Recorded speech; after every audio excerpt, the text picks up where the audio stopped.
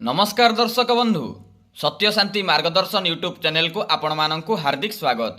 प्रिय भगवत प्रेमी मालिका प्रेमी दर्शक बंधु आज आम पुनः मालिका चेतावनी तथा ठारगार चकड़ा मोड़ाणर यही पुस्तक को आज पाठ करने जाऊे कहीं बहुत भक्तवृंद मैंने 2026 मसीहा को नहीं पुनः कहते अनुरोध टे कर आपण पुनः आणंतु 2026 मसीह कौन घटनातीत मान घटव एवं महापुरुष कौन एप्रति लिखिं कौन चेतावनी देइचंती। तो प्रिय दर्शक बंधु तांको कथा को आम रक्षा करी वर्तमान पुनः आउ थे 2026 मसीहा को नहीं ठारगार चकड़ा मोड़ाण पुस्तकर से पवित्र बाणी उपरे आज टिके समालोचना करिबा। तेबे आसंतु डेरी न करी प्रारंभ करिबा। ओं महाब्रह्म निर्विकल्पं पूर्णानंदमयं हरि सर्वघटे ज अच्युत तस्य पादे नमाम्यहम् तस्य पादे नमाम्यहम्। जय श्री अच्युत जय पंचसखा जय अनंत जय कल्कीराम। तेबे प्रिय दर्शक बंधु एबे आसंतु आमे पद्यांशटी को 14 अक्षरीर पद्यांशटी को पाठ करिबा। तापर पुनः महापुरुष आमर जो व्याख्या करिसंती बा जो व्याख्याकार माने व्याख्या करिसंती से कौन करिसंती से विषय मध्य सविशेष तथ्य जानिबा पई पाइबा। तो ये प्रथम श्लोकटी दिखाई जे 6-7 मिसेइन 13 जोग कर ये गोटे सूचना। सप्तदश भाग ठारगार चकड़ा मोड़ाण पुस्तक 150 नंबर पेज खोलदेवे 14 अक्षरी संपूर्ण स्पष्ट लिखा जाइछि 2026 मसीहा को नहीं। आसंतु देखिबा कौन लिखा जाइछि। 6-7 मिसेइन 13 जोग कर एही ठारू घोर युद्ध भारत बक्षर। आपण माने बुझी पारुथिबे पद्यांशर जो कथा गुड़िक लिखा जाइछि फिर भी आमे पुनः जोरा बुझी पारु नांती आमे टोटाल व्याख्याटा की पढ़िबा। बुझंतु 6-7 मिसेइन 13 जोग कर महापुरुषଙ୍କ ठारगार एही ठारू घोर युद्ध भारत बक्षर मीन शनि मेल होइथिबो जेतेबेले सेबेले समर हेब भारत मंडले 26 ठाबरे हीराकुद उछुलिब ए ओडिशा अर्धभाग जलमग्न हेब धन जन नष्ट हेब कहिली बुझाई दिन अच्युत कहि बेसी बेल नाही हीराकुद बोलिनटी ग्राम नाम थिब बंधवाड़ भांगी सबु एकाकार हेब। ये जो हीराकुद बोलिनटी ग्राम नाम थिब ये हुए तो संबलपुर को माने आक्षेप करी कुआ जाई थाई पारे नहले सेतबेले कौन तो कही हेनी किंतु हीराकुद बोलिनटी ग्राम नाम थिब जदि आपण से संबलपुर पाखरु किए देखुथिबे तो आपण माने जानिथिबे हीराकुद जदि किछि स्पेशल किछि गाँ थिबो तबे आपण माने जानिथिबे हीराकुद बोलिनटी ग्राम नाम थिब बंधवाड़ भांगी सबु एकाकार हेब सेही बेले गंगा पुणी आसीबेटी माड़ी बैतरणी ब्राह्मणी जे देबे घोर रड़ी समुद्ररु लहड़ी जे माड़ी न आसीब बिरजा मंडल सबु भसेई न नेब 10 अणा जीवे 6 अणा रही ग्राम खंडी करे जहा भाग पड़ुथिबे महरग कांतार जे माड़ी न आसीब जोग्निगण मानंकर पाली पड़िथिब लीलावट ठारे आंभे प्रकाश होइबु। देखंतु कोठी प्रकाश होइबे स्वयं अच्युत महापुरुष लीलावट ठारे आंभे प्रकाश होइबु 66 अंके राम प्रमाण पाइबु मरिबे अनेक जन न पारिबे रही हेंगुला फेरी बुलिबे सप्तबार मही 22 पावच्छ बुड़ी ढेउ आसुथिब अमरारी निकटरु धरा से होइब जम्बुदीप छार खार 26 ठाबर छपाली रामनगर समूले संघार पाकिस्तान राज्य गोटा छार खार एब श्री अच्युत वाक्य बाबू केबे न टळिब श्री अच्युत वाक्य बाबू केबे न टळिब श्री अच्युत वाक्य बाबू केबे न टळिब। बोल आनंद कंद भगवान जी की जय।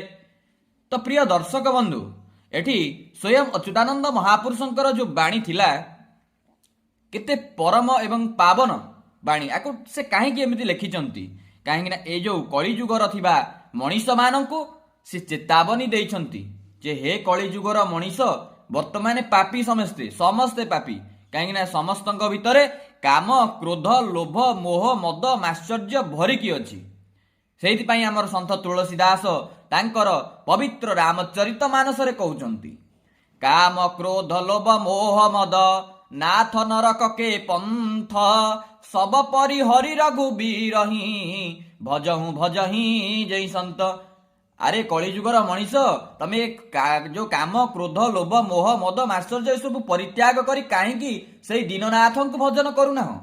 ଏଥିରେ କାହିଁକି ବୁଡ଼ିକି ରହୁଛ? ତମେ ଜାଣି ସାରିଲା ପରେ ବି ମଧ୍ୟ ଏଇଟା ହଉଛି ଖରାପ ଜିନିଷ, ଏଇଟା ହଉଛି ଖରାପ ବୃତ୍ତି, ପ୍ରବୃତ୍ତି, ଯୋଉଟାକୁ କହନ୍ତି, ବୃତ୍ତି କୁହାଯିବନି, ପ୍ରବୃତ୍ତି। ତ ଏଥିରେ ତମେ କାହିଁକି ଲିପ୍ତ ରହୁଛ? ତ ଠିକ ସେମିତି ଅଚ୍ୟୁତାନନ୍ଦ ମହାପୁରୁଷ ମଧ୍ୟ କହୁଛନ୍ତି ଯେ ତୁମେ ଏଇଟା ଜାଣୁଛ ଏଇଟା ଖରାପ ବୋଲି, ଖରାପ ରାସ୍ତାରେ ଯାଉଛ କାହିଁକି? ସବୁବେଳେ ସାଧୁସନ୍ଥ ମାନଙ୍କର, ସିଏ ନିଜେ କହୁଛନ୍ତି ସାଧୁସନ୍ଥ ମାନଙ୍କର କ'ଣ ନା ସଙ୍ଗ କର, ସତ୍ସଙ୍ଗ କର, ଏବଂ ଯୋଉ ଅସତ୍ ସଙ୍ଗ ଯୋଉଗୁରା ଅଛି ସେଗୁଡ଼ା ସବୁ ତ୍ୟାଗ କର, ପ୍ରଭୁଙ୍କର ନାମକୁ କେବଳ ଜପ କର। ତାହେଲେ ତୁମର କଳିଯୁଗରେ ନିଶ୍ଚିନ୍ତ ରୂପରେ 110% ତୁମର ମୁକ୍ତି ଆଉ ଗତି ହେଇପାରିବ। ନଚେତ ଆପଣ ଆସିଛନ୍ତି କ'ଣ ପାଇଁ, ଆପଣ ଯିବେ କ'ଣ ନେଇକି ଯିବେ? ନିଶ୍ଚିନ୍ତ ରୂପରେ ଏଇଟା ଆପଣ ଜାଣିବା ଦରକାର। ଯେତେବେଳେ ଯିବେ ସେତେବେଳେ ଆଉ ଶରୀର ନେଇକି ତ ଯିବେ ନାହିଁ ନା। ଯଦି ଆପଣଙ୍କ ପାଖରେ ଧର୍ମ ବଳ ଥିବ, ଯଦି ଆପଣ କିଛି ଜୀବନରେ କିଛି ଧର୍ମ ଉପାର୍ଜନ କରିଥିବେ, ତ ସେଇ ଶକ୍ତି, ଧର୍ମର ଶକ୍ତିକୁ ଆପଣ ନେଇକି ଯିବେ। ତ ନିଶ୍ଚିନ୍ତ ରୂପରେ ଆପଣ ଏବେ ମଧ୍ୟ ସମୟ ଅଛି, ବୁଝିଯାଆନ୍ତୁ, ପ୍ରଭୁଙ୍କର ନାମରେ କେବଳ ଆଶ୍ରିତ ରୁହନ୍ତୁ। ଆଉ ବାକି ତକ ଯାହା ବି ଦେଖୁଛନ୍ତି ସବୁ କିଛି ହେଉଛି ଜଞ୍ଜାଳ ହିଁ ଜଞ୍ଜାଳ। ତାପରେ ଏଇଠି ବ୍ୟାଖ୍ୟାକର ମାନେ ଆମର କହିଛନ୍ତି ସ୍ପଷ୍ଟ ରୂପରେ 6-7 ମିଶେଇଣ 13 ଯୋଗ କର। ଇଏ ମହାପୁରୁଷଙ୍କ ବାଣୀ। କାହିଁକି ନା ଦେଖନ୍ତୁ, ମହାପୁରୁଷ ମାନେ ସାଧୁସନ୍ଥ ମାନେ ସେ କିଛି ଲେଖିବା ପୂର୍ବରୁ ମାନେ କିଛି ଭାବିକି ଲେଖନ୍ତି। ମାନେ ଯୋଉ ଭାବନା କି ବ୍ୟକ୍ତ କରିବାକୁ ହେଲେ ମାନେ ଆପଣ ବୁଝିବାକୁ ବି ମଧ୍ୟ ଅସାଧ୍ୟକର ହୁଏ, କିନ୍ତୁ ଯୋଉମାନେ ଗୁରୁ କରିଥିବେ ସେମାନେ ନିଶ୍ଚିନ୍ତ ବୁଝିପାରିବେ।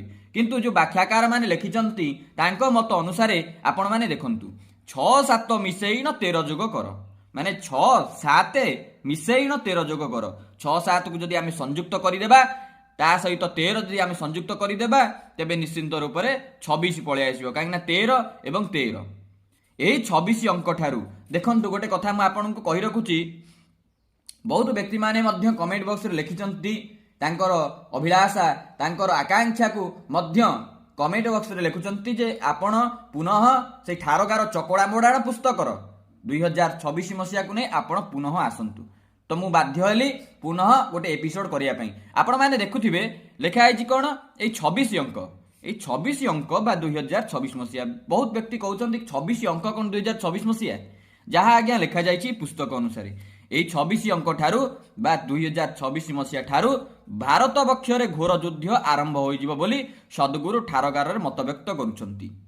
ଦର୍ଶକ ବନ୍ଧୁ, ଯୋଉଟା ହବ ଆଉ ଯୋଉଟା ନ ହବ ସେଟା ସମୟ ଆସିଲେ ତ ଜଣା ପଡ଼ିବ। କିନ୍ତୁ ଆପଣମାନେ ଏତିକି ଜାଣି ରଖିଥାନ୍ତୁ, ଆପଣ କେବଳ ଅପେକ୍ଷା କରନ୍ତୁ ଆଉ ପ୍ରଭୁଙ୍କର ନାମକୁ ହିଁ ଜପ କରନ୍ତୁ। ଯାହା ହଉଛି ଯାହା ନ ହଉଛି, ଯାହା ହବା କଥା ହବ, ସମସ୍ତଙ୍କ ପାଇଁ ହବ, କେବଳ ଆପଣଙ୍କ ପାଇଁ ତ ହେବ ନାହିଁ ନା। ଏ ସାରା ଭାରତ ବର୍ଷ ପାଇଁ ହବ, ଏ ସାରା ଦେଶ ପାଇଁ ହବ। ତେଣୁକରି ଆପଣମାନେ ବି ମଧ୍ୟ ପ୍ରଭୁଙ୍କର ନାମକୁ ସଦାସର୍ବଦା ଚିନ୍ତନ କରନ୍ତୁ, ମନନ କରନ୍ତୁ। ସେଇ ହିଁ ଏକା ହେଉଛି ସାର। କଳିଯୁଗରେ ଆଉ କିଛି ତମେ ମାନେ ଆପଣ ଯାହା ଦେଖୁଛନ୍ତି ସବୁ ଜଞ୍ଜାଳ। ଆପଣ ଯଦି, ମୁଁ ଗୋଟେ କଥା ଆପଣଙ୍କୁ କହି ରଖୁଛି, ଚିନି ଆପଣ ବାରମ୍ବାର କହିବେ, ଆପଣ ପାଟିକି ମାନେ ମିଠା ଲାଗିବ କି? ପିତା ବାରମ୍ବାର କହିବେ, ଆପଣ ପାଟିକି ପିତା ଲାଗିବ କି? ଯଦି ଆପଣ ତାହାକୁ ସେବନ କରିବେ ତ ନିଶ୍ଚିନ୍ତ ରୂପରେ ଆପଣ ଜାଣିପାରିବେ ଚିନିର ସ୍ୱାଦଟି କ'ଣ, ପିତାର ସ୍ୱାଦଟା କ'ଣ। ଠିକ ସେମିତି ଯଦି ସତ୍କର୍ମକୁ ଆପଣ ନିଜ ଜୀବନ ବା ନିଜ ଅଙ୍ଗ କିମ୍ବା ନିଜ ଆଦର୍ଶରେ ଆଣିପାରିଲେ ତ ନିଶ୍ଚିନ୍ତ ରୂପରେ ଆପଣ ଜାଣିପାରିବେ ପ୍ରକୃତ ସେ ସତ୍ୟତାର ଆନନ୍ଦଟା କେତେ। ମହା ଆନନ୍ଦ, ଖାଲି ଆନନ୍ଦ ତ ଆମେ କହିପାରିବା ନାହିଁ, ସତ୍ୟରେ ଚାଲିଥିବା ବ୍ୟକ୍ତି ମହା ଆନନ୍ଦକୁ ପ୍ରାପ୍ତି କରନ୍ତି। ତ ନିଶ୍ଚିନ୍ତ ରୂପରେ ଦର୍ଶକ ବନ୍ଧୁ, ତ ସେଇ କଥା ଲେଖାଯାଇଛି, ଘୋର ଯୁଦ୍ଧ ହେବାର କିଛି ଆଶଙ୍କା ରହୁଛି 2026 ମସିହାରେ। ସଦ୍ଗୁରୁ ଠାରଗାର ଦେଇଛନ୍ତି। ଆପଣମାନେ ବିଗତ ଆମର 2025 ମସିହାରେ ଦେଖିଥିବେ ଯେମିତିକି ହିନ୍ଦୁ ଆଉ ମୁସଲମାନ ମାନଙ୍କର ଯୁଦ୍ଧ ଚାଲିଥିଲା।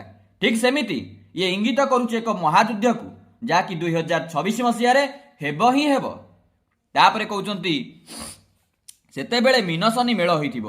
ମିନସନ ତ ଆମର ଚାଲିଲାଣି 2024 ମସିହାରୁ, ଏଇ ଲେଖା ହେଇଛି ମିନସନି 2024 ମସିହାରେ ଆରମ୍ଭ ହେଇଥିବ, ମାନେ ଚାଲି ସାରିଲାଣି। ଏହି ସମୟରେ ଦେବଭୂମି ଭାରତ ମଣ୍ଡଳରେ ମହାସମର ଲାଗିଯିବ। 26 ଅଙ୍କରେ ବା 2026 ମସିହାରେ ହୀରାକୁଦ ମଧ୍ୟ ଉଛୁଳି ପଡ଼ିବ। ଏଇ ଯୋଉ ହୀରାକୁଦ ଉଛୁଳିବା କଥା ଲେଖାଯାଇଛି, କିମ୍ବା ହୁଏତ ମହାପୁରୁଷଙ୍କର ଏ ମତବ୍ୟକ୍ତ କରିଛନ୍ତି, କିଛି ଇଙ୍ଗିତ କରିଛନ୍ତି, ବନ୍ୟାର ପରିସ୍ଥିତି କିଛି ଇଙ୍ଗିତ କରିଛନ୍ତି। ନିଶ୍ଚିନ୍ତ ରୂପରେ କୋଉଠି ଜଳ ପ୍ରଳୟର ଆଶଙ୍କା ରହୁଛି। ନିଶ୍ଚିନ୍ତ ରୂପରେ 2026 ମସିହାରେ କିଛି ଜଳ ପ୍ରଳୟର ମଧ୍ୟ ଆଶଙ୍କା ରହୁଛି, ଅର୍ଥାତ୍ ହୀରାକୁଦ ବନ୍ଧ ଭାଙ୍ଗିଯିବ। ଆଉ ଇଏ ତ ମହାପୁରୁଷଙ୍କର ବାଣୀ ତ ନିଶ୍ଚିନ୍ତ ରୂପରେ ପିଣ୍ଡ ଆଉ ବ୍ରହ୍ମାଣ୍ଡକୁ ନେଇ, କିଛି ପିଣ୍ଡ ଉପରେ କହୁଛନ୍ତି ତ କିଛି ବ୍ରହ୍ମାଣ୍ଡ ଉପରେ। ନିଶ୍ଚିନ୍ତ ରୂପରେ ମାନେ ପିଣ୍ଡ ଆଉ ବ୍ରହ୍ମାଣ୍ଡ ଏକ, ଦେଖିବାକୁ ଗଲେ ଏକ, ଆଠରେ ମାନେ ଭେଦ କିଛି ନାହିଁ। ତ ଠିକ୍ ସେମିତି ଆମର ଏଇଠି କହୁଛନ୍ତି ଏ ଓଡ଼ିଶାର ଅର୍ଦ୍ଧଭାଗକୁ ସେ ଜଳମଗ୍ନ କରିଦେବ, ଧନ ଜନ ଅନେକ ନଷ୍ଟ କରିଦେବ। ଦିନ ଅଚ୍ୟୁତ ବୁଝେଇ କହୁଛନ୍ତି ସେ ବେଳ ଆଉ ବେଶୀ ଡେରି ନାହିଁ।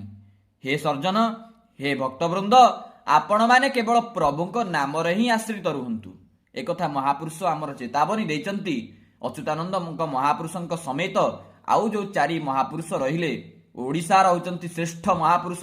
ଓଡ଼ିଶାର ନୁହଁ, ସାରା ବ୍ରହ୍ମାଣ୍ଡର ବି କହିଲେ ଅତ୍ୟୁକ୍ତି ହେବ ନାହିଁ। କାହିଁକିନା ଏମିତିକା ମହାପୁରୁଷ ଅତ୍ୟନ୍ତ ବିରଳ, ଅତ୍ୟନ୍ତ ବିରଳ ଆଜ୍ଞା। କଳି ଯୁଗରେ ଏତେ ସିଦ୍ଧ ମହାପୁରୁଷ ଆମର ଏଇ ପଞ୍ଚ ମହାପୁରୁଷ ଥିଲେ। ଆପଣମାନେ ଯଦି ସେମାନଙ୍କର ଆଦର୍ଶକୁ ପଢ଼ିବେ ତ ନିଶ୍ଚିନ୍ତ ରୂପରେ ଜାଣିପାରିବେ ସେ କେମିତିକା ମହାପୁରୁଷ ଥିଲେ। ଅତ୍ୟନ୍ତ ଉଚ୍ଚ କୋଟିର ମହାପୁରୁଷ ଆଜ୍ଞା। ଆପଣମାନେ ବି ଯଦି ନେମାଳ ଗାଦିକି ଆସି ସେମାନଙ୍କ ବିଷୟରେ ପଚରା ଉଚରା କରିବେ କିଛି ଜାଣିଥିବା ବ୍ୟକ୍ତିଙ୍କ ପାଖରେ, ତ ସେମାନେ ମଧ୍ୟ ଆପଣଙ୍କୁ ବୁଝେଇ ଦେବେ ଯେ ମହାପୁରୁଷଙ୍କର ପ୍ରକୃତ ଆଦର୍ଶ ସବୁ କ'ଣ ଥିଲା, କ'ଣ ତାଙ୍କର ନୀତି ନିୟମ ସବୁ ଥିଲା। ଆପଣ ଜାଣିଲେ ଆଶ୍ଚର୍ଯ୍ୟ ହୋଇଯିବେ। ଆଉ ଏଠି ଯେଉଁ କଥା ଲେଖାଯାଇଛି, ଗୋଟେ ବିଶେଷ ସୂଚନା ମଧ୍ୟ ଦିଆଯାଇଛି। ହୀରାକୁଦ ବନ୍ଧ ଭାଙ୍ଗିବାକୁ ନେଇ ଏକ ଟିପ୍ପଣୀ ମଧ୍ୟ ଅଚ୍ୟୁତ ଠାର ଅଙ୍କ ବିଜ୍ଞାନରେ ପ୍ରଦାନ କରାଯାଇଛି। ଅଚ୍ୟୁତ ଠାର ଅଙ୍କ ବିଜ୍ଞାନ ମାନେ ଏଇ ପୁସ୍ତକ ଆପଣମାନଙ୍କ ଆଗରେ ମୁଁ ବହୁତ ଥର, ଅନେକ ଥର ମଧ୍ୟ ଏଇ ଭବିଷ୍ୟ ବକ୍ତା ସଦ୍ଗୁରୁ ଅଚ୍ୟୁତାନନ୍ଦ ଦାସଙ୍କର ଅଚ୍ୟୁତ ଠାର ଅଙ୍କ ବିଜ୍ଞାନ ଏଇ ପୁସ୍ତକକୁ ମୁଁ ଆପଣଙ୍କ ଆଗରେ ରଖିଥିଲି। ଆଉ ପୁନଃ ଯଦି ଆପଣମାନେ କିଛି କହିବେ ତ କମେଣ୍ଟ ବକ୍ସରେ, ତ ନିଶ୍ଚିନ୍ତ ରୂପରେ ମୁଁ ଏଇ ପୁସ୍ତକର ଆଉ ଗୋଟେ ଅଧ୍ୟାୟ ନେଇକି ମୁଁ ଆପଣଙ୍କ ପାଖକୁ ଆସିବି। ତ ଏଇଠି ଲେଖାଯାଇଛି ହୀରାକୁଦ ବନ୍ଧ ଭାଙ୍ଗିବାକୁ ନେଇ ଏକ ଟିପ୍ପଣୀ ମଧ୍ୟ ଅଚ୍ୟୁତ ଠାର ଅଙ୍କ ବିଜ୍ଞାନରେ ପ୍ରଦାନ କରାଯାଇଅଛି। ମସିହା, ତାରିଖ, ବାର, ଲଗ୍ନ, ବିଶ୍ଳେଷଣ, କାଳ, ମୁହୂର୍ତ୍ତ ପ୍ରତ୍ୟେକଟି କରାଯାଇଅଛି। ଉକ୍ତ ପୁସ୍ତକରେ ଟିପ୍ପଣୀ ଦେଖି ସମୟ ନିର୍ଦ୍ଧାରଣ କରିବେ। ଜୁଲାଇ ମାସରେ ଉକ୍ତ ଘଟଣା ଘଟିବାର ସମ୍ଭାବନା ରହିଛି। ଜୁଲାଇ ମାସ କଥା ମଧ୍ୟ କିଛି ବ୍ୟାଖ୍ୟାକାର ମାନେ ଲେଖିଛନ୍ତି। ମହାପୁରୁଷ କହିନାହାନ୍ତି ଯେ ଜୁଲାଇ ମାସରେ ହବ ବୋଲି। ଏ କିଛି ବ୍ୟାଖ୍ୟାକାର ମାନେ ଯେଉଁ କଥା ଲେଖିଛନ୍ତି କି ଜୁଲାଇ ମାସ ସୁଦ୍ଧା ହବାର କିଛି ଜଳ ପ୍ରଳୟର ଆଶଙ୍କା ରହୁଛି। ମହାପୁରୁଷ ଲେଖିଛନ୍ତି ଜଳ ପ୍ରଳୟ ଅଛି, କିନ୍ତୁ ବ୍ୟାଖ୍ୟାକାର ମାନେ ଯେଉଁ ଜ୍ୟୋତିଷବିଦ ମାନେ ଅଛନ୍ତି ସେମାନେ ସ୍ପଷ୍ଟୀକରଣ କରିଛନ୍ତି ଯେ ଜୁଲାଇ ମାସ ସୁଦ୍ଧା କିଛି ବନ୍ୟାର ସ୍ଥିତି ହେବା ପାଇଁ ଯାଉଛି। ତ ଏମିତିକା କଥା କିଛି ଅଛି। ତାପରେ ଆମର ଦେଖନ୍ତୁ ଏଇଠି ଗୋଟେ 20 ଅକ୍ଷରୀରେ କଥା ଲେଖାଯାଇଛି। 2.5 ବରଷ ଅତି ଉତ୍ପାତ 26 ଅଙ୍କକୁ ଅନା, ଶ୍ମଶାନ ପରାଏ ଏ ସାରା ସଂସାର ଉଚ୍ଛନ୍ନ ହୋଇବ ସିନା। ବୁଝୁଥିବେ କଥାଟିକୁ।